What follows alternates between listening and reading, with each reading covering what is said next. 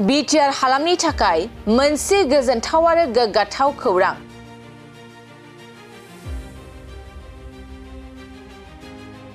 सासे बर' लाइमोना mister grand north east 2024 आव first रानार आप देरहासार जानो हादों। मिस्टार ग्रेन्ड नर्थ इस्ट 2024 आव फार्स्ट रानार आप देरहानो हादों फ्रांकलिन इस्लारिया। नंगौ, चिरां जिल्ला बेंटलनि थागिबि बिफा गणेश इस्लारि आरो बिमा प्रितिला इस्लारिनि फिसाज्ला फ्रांकलिन इस्लारिया गोब्राब नाजानायनि गेजेरजों मिस्टार ग्रेन्ड नर्थ इस्ट 2024 आव फार्स्ट रानार आप देरहानो हानानै ओनसोलजों लोगोसे बिटिआर हालामनि थाखाय गोजोननाय लाबोनो हादों। गुवाहाटी आदाबारियाव आखदजों खुंजानाय मोनसे गेदेर हाबाफारि मिस्टार ग्रेन्ड नर्थ इस्ट 2024 आव बाहागो लानानै फार्स्ट रानार आप देरहासार जानो हादों फ्रांकलिन इस्लारिया। थारैनो नाजानाय थायोब्ला जाफुंसारनायनि लामाया गासैबो दिगनिफ्रायनो फैयो। थिग बेबादिनो फ्रांकलिन इस्लारियाबो गावनि गोख्रों नाजानायनि गेजेरजों बर' हारिनि गामसा आर'नाइ गाननानै मिस्टार ग्रेन्ड नर्थ इस्ट 2024 आव बाहागो लाना फार्स्ट रानार आप देरहानो हादों।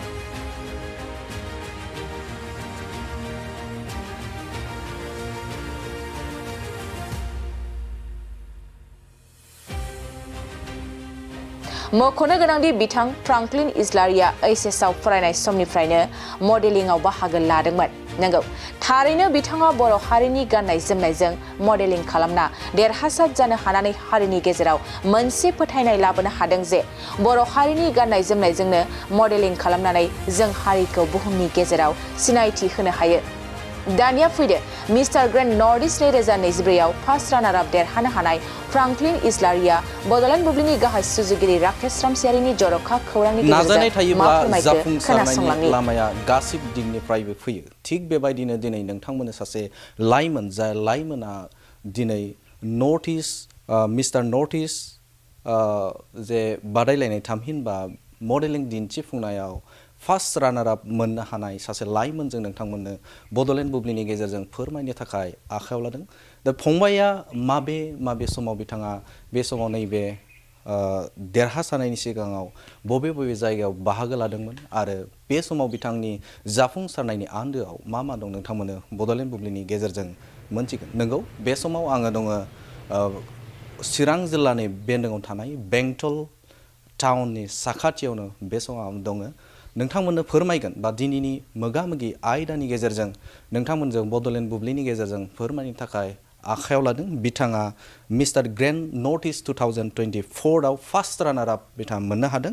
फंबायानो जादों फ्रेंकलिन इस्लारि। दा फंबायनिफ्राय मोनथिनो थाखाय आखायाव लागोन। गिबियावनो बड'लेण्ड बुब्लिनि जानानै नोंथांखौ कंग्रेचुलेसनखौ बावग्रोबाय। Thank you. सिनायथिखौ खुलुमबाय बयनिसिमबो। आंनि मुङा फ्रेंकलिन इस्लारि। आङो चिरां बेंटलनि आरो आङो थांनाय 27, 28, 29 आव आङो मोनसे मडेलिं इभेन्टआव बाहागो लादोंमोन। बेनो जाहैबाय ग्रेन्ड मिस्टार नर्थ इस्ट। आङो बे इभेन्टआवहाय आङो गोबां सोलोंनो मोन्दों, जेरै पाब्लिक स्पिकिंआ आंना इमप्रुभ जादों, पार्सनेलिटि डेभेलपमेन्ट आरो आङो गोबां जे स्टेटनि जे पार्टिसिपेन्ट्स फैदों बिसोरनिफ्रायबो आङो गोबां सोलोंनो मोन्दों आरो जिहेथु बे खुंजानाया माबे जायगायाव जादोंमोन फंबाय? बियो आदाबारि होननाय मोनसे जायगायाव जादोंमोन। गुवाहाटी उटाल उद्यान, बे मोनसे पार्क बायदि, बेयाव जादोंमोन। बेवहाय फंबाया बाहागो लाबाय जिहेतु गोबां जायगानिफ्रायनो जिहेतु नर्थ इस्टनि गोबां बादायारिफोरानो बेवहाय बाहागो लाबाय। दा बेवहाय फार्स्ट रानार आपखौ फंबाया मोननो हाबाय। माबायदि जानाय गुबुनफोर जिहेतु बादायारिफोरखौ लोगो मोनबाय बेवहाय? आङो ओइचएस टाइमनिफ्रायनो मोनसे ड्रिम दंमोन जे आङो आंनि कालचार जे जोंनि बर' कालचार बेखौ आं दिन्थिफुंनो आङो गोसोमोन। बिनि थाखायनो आङो बे खाबुखौ मोननायनि थाखाय आङो आंनि पेरेन्ट्स, आंनि जे एल्डार्स बिसोरखौ आं हामबाय होयो। आं फैगोन समावबो आङो बिदिनो गेदेर इभेन्ट्सफ्राव आङो बाहागो लानो गोसो। जिहेतु गोबां नर्थ इस्टनिफ्रायनो बेवहाय बादायफैदों बेवहाय। दा बे बिथांमोनजों लोगो मोननानै जाय नोंजों कन्टेस्ट खालामदों बिथांमोनजों लोगो मोननानै बिथांमोनजों माबायदि जिहेतु नोंनो फार्स्ट रानार आपखौ मोननो हाबाय, माबायदि जानाय? आङो एक्सपिरियेन्सआ माबायदि? आङो कलेज टाइमनिफ्रायनो आङो एक्टिभलि पार्ट लादों आरो आङो गावनि जे पार्सनेलिटि बेखौ आङो इमप्रुभ खालामनो आं जोबोद सेस्था खालामदों आरो आङो रिजाल्टखौ मोननो हादों आङो मोजाङै मोजां पार्टिसिपेट लानानै गावखौ श'केस खालामनो हादों जे आंनि टेलेन्ट जे आङो मार्शेल आर्ट्सआव इन्ट्रेस्टेड आङो सिगांबो आङो जे कम्पिटिशन्सफोर बेवहाय आङो बाहागो लादोंमोन आरो आङो दिन्थिफुंनो जे टेलेन्ट राउन्डफोर जादों जे फट'ग्राफि राउन्ड ट्रेडिशनेल राउन्ड आरो वेस्टार्न राउन्ड बेफोराव आङो आंनि जे टेलेन्ट बेखौ आं श'केस खालामनो हादों फंबायनिफ्राय आं मोनथिनो थाखाय आखायाव लागोन जिहेथे जागायजेननायखौ स्कुल लाइफनिफ्रायनो जागायजेननाय होनना बुङो थुलुंगाया सोर न'खरनिफ्राय आंनि पेरेन्ट्सआ आंखौ जेब्लायबो सापर्ट खालामो बियो फाइनान्सियेलि गासैबो आंखौहाय हेफाजाब होबोबाय आरो आंनि लोगोफोर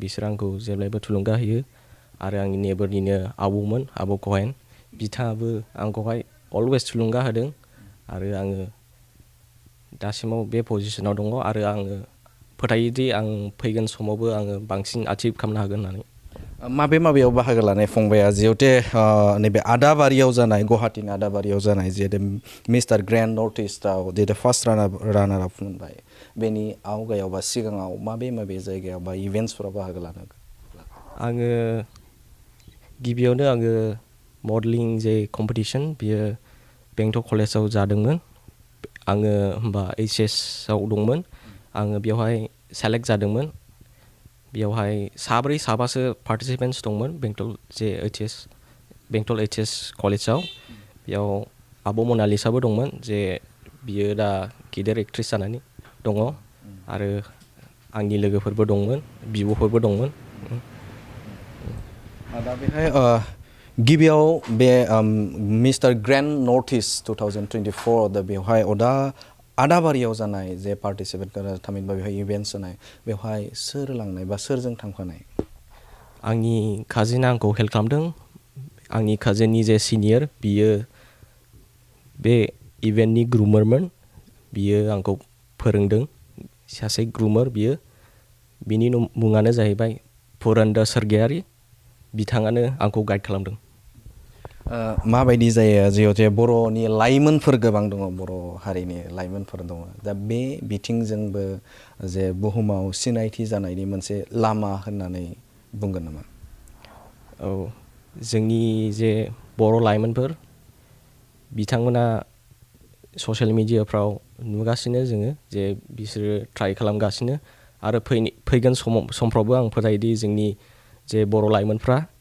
गासिबो जे गिदिर जे इभेन्ट्सफोर जागोन बेवहाय बाहागो लागोन आरो देरहासारखौ मोननो हागोन होननानै आं फोथायो बेजों सासे सुबुङा थामहिनबा सासे लाइमोना जिउ सुंथा बा गावखौ सुंथानो हागोन हाया सिनायथि जानो हागोन हाया बेजों नैबे लाइनजों मडेलिं खालामनानै जोंनि मेन प्रायरिटियानो जादों नलेज एक्वायरिं नलेज जोङो नलेजखौ एक्वायर खालामनांगौ नलेजआनो गासै बिथिङावनो हेल्प खालामो नोंनि पार्सनेलिटि ग्रथ नोंनि जे स्किल्स इमप्रुभ खालामनाय नोंनि जे टेलेन्ट बेफोर गासिबो नों नलेज दङबा नों आवगायनो हायो नों गावखौ बांसिन सिनायथि बा दिन्थिफुंनो हायो बेनि थाखायनो नलेजआ इम्परटेन्ट एन्ड देन विथ दिस नलेजजों सासे लाइमोना गावनि एचिभमेन्ट्सखौ फुलफिल खालामनो हागोन नंगौ आं फंबायनिफ्राय मोनथिनो थाखाय आखायाव लागोन जेब्ला मिस्टार ग्रेन्ड नर्थ इस्ट 2024खौ फार्स्ट रानारखौ देरहानानै न'आव फैदोंमोन अब्ला न'आव फैनायाव रायजो राजाफोर ओनसोलनि बेंटल ओनसोलनि रायजो राजाफोरा माबायदि थुलुंगा होदोंमोन बिथांमोना आंखौ एप्रिशियेट खालामदों जोंनि जे बेंटलनि जोंनि गेदेरफोर जोंनि एल्डार्स बिथांमोना आंखौ कंग्रेचुलेट खालामदों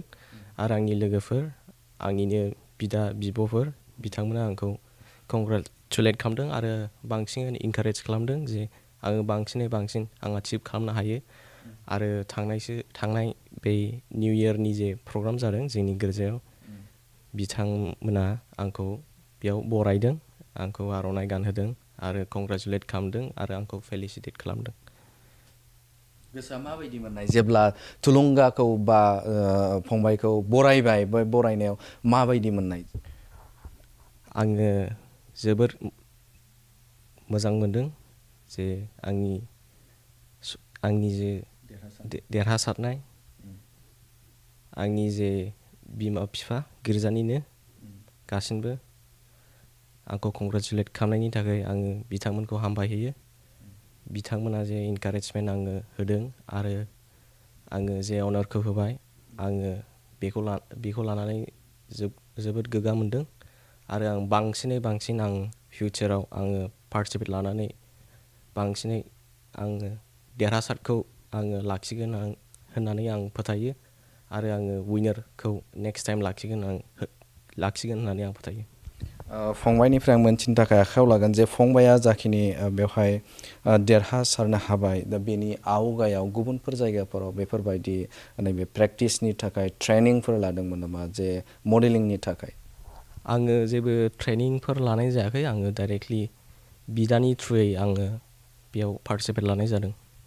बर' हारिखौ मा बुंगोन बे समाव जिहेतु नोंथाङा नैबे समाव मिस्टार ग्रेन्ड नर्थ इस्ट मोननो हाबाय दा फार्स्ट रानार आपखौ नोंथाङा मोनबाय दा बे समाव लाइमोनफोरखौ मा थुलुंगा होगोन? जोंनि जे ट्रेडिसन जोंनि जे कालचार जोंनि जे रिच मोनसे कालचार दङ बेखौ जोङो दिन्थिफुंनो थाखाय जोङो आखायाव लानांगौ जोङो गिदिर प्लेटफर्मफ्राव जोङो बांसिन देखायनो जोङो आखायाव लानांगौ जों बांसिन जोंनि हारिनि जे जोंनि रिच रिसर्सफोर दङ ट्रेडिसनेल आटायारफोर दङ बेफोरखौ गिदिरसिन प्लेटफर्मावहाय देखायनो थाखाय जोङो हास्थायनांगौ। बर'नि हारिमुखौ मा दिन्थिदोंमोन जिहेतु नोंथाङा पार्टिसिपेट खालामदोंमोन गाननाय जोमनायफोर? आङो बर' ट्रेडिसनेल मेल आटायार आङो गानदोंमोन बे जाहैबाय गामसा आर'नाइ आरो आङो दख'ना शार्ट आङो बानायहोदोंमोन बेजोंनो आङो दिन्थिफुंनो हादों। गुबुन सुबुंफोरा बेयाव बाहागो लादोंमोन बेवहाय जोंनि बर' हारिनि जे गुबै नैबे गामसा आर'नाइ लानायखौ नुनानै मा बुङो बिथांमोना? बिथाङा जोंनि गाबफोरखौ जोंनि जे बिउटिफुल आटायार दङ बेखौ बिथांमोना एप्रिसियेट खालामदों आरो बिसोरो बांसिन मिथिनो लुबैदों आरो आङो बिसोरखौ खोन्थानो हादों। मा बुङो बिदिनो बर'फोर मोनदोंब्ला? जोंनि जे आटायार बियो सिगां गोदोनिफ्रायनो जे जों ट्रेडिसन दङ जोंनि जानाय लोंनाय जोंनि जे फुड हेबिट्स जोंनि जे रिच कालचार दङ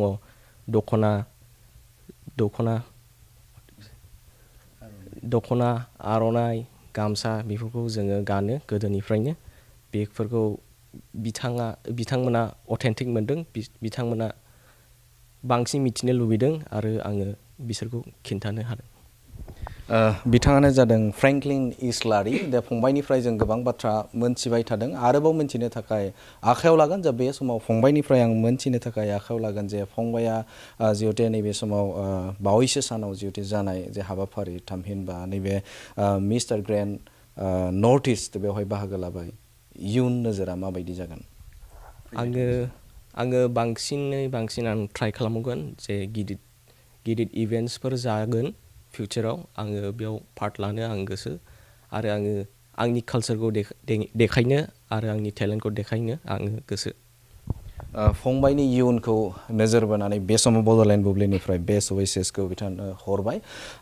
गोबां बाथ्रा जिहेतु मोनथिबाय आरोबाव फंबायनिफ्राय नैबे समाव मोनथिनो थाखाय आखायाव लागोन जे फंबाय नैबे समाव जोंनि बर'फोरनि जे लाइमोनफोर दङ जाय लाइमोनफोरा नैबे बिथिंखौ नायनानै नैबे मडेलिं दिन्थिनाय सावथुन मुलुग गोबां बिथिङावनो गुबुन गुबुन आयदाखौ लाना गावनि जे हारिमुखौ दिन्थिनो थाखाय बा सिनायथि होनो थाखाय नाजायो नैबे बिथिङाबो माबायदि जायो जे बुहुमाव बर'फोरखौ बर' हारिनि नैबे गाननाय जोमनाय बायदिसिनाखौ दिन्थिनो थाखाय नैबे प्लेटफर्मा माबायदि?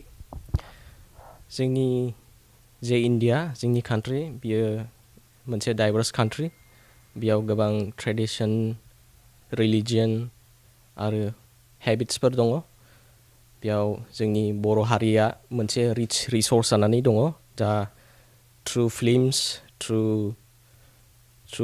मडेलिं जोङो दिन्थिफुंनो हायो बेफोरखौ जोङो बांसिनै बांसिन जों यांगार जेनेरेशन्सफ्रा जोङो बांसिनै बांसिन जोङो ट्राइ खालामनांगौ आचिभ खालामनो थाखाय बिगार प्लेटफर्मसफ्राव जोङो बाहागो लानो हानाय बायदि जोंखौनो जों थाग थियारि खालामनो हानाय बायदि बिदि जोङो ट्राइ खालामनांगौ।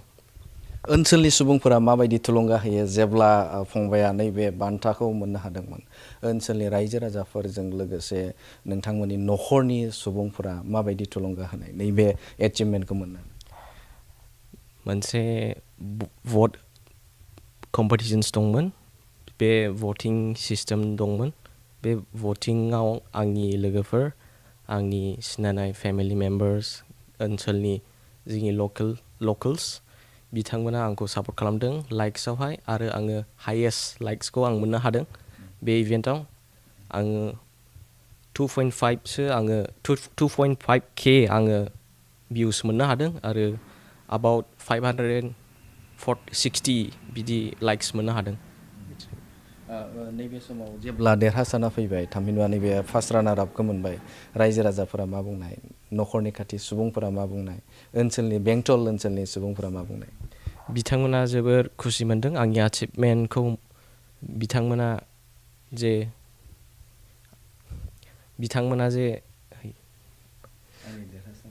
आंनि देरहासारखौ लानानै बिथांमोना खुसि मोनदों आरो बांसिन इनकारेज खालामदों जे आङो फिउचाराव बांसिनै बांसिन पार्टिसिपेट लानानै देरहासारखौ मोननो थाखाय बिथांमोना इनकारेज खालामदों। नोंसिनि जे आफाया फादारा जेब्ला गिबियाव लोगो मोनदोंमोन, नोंथाङा देरहानानै जेब्ला न'आव फैदोंमोन, मा राव होनाय? बिमाया मा राव होदों? गिबियाव मा बुंजेननाय? बिथांमोना आंखौ कंग्रेचुलेट खालामदों आरो बिथांमोना फोथायखायोमोन कि आङो बेखौ आचिभ खालामगोन होननानै।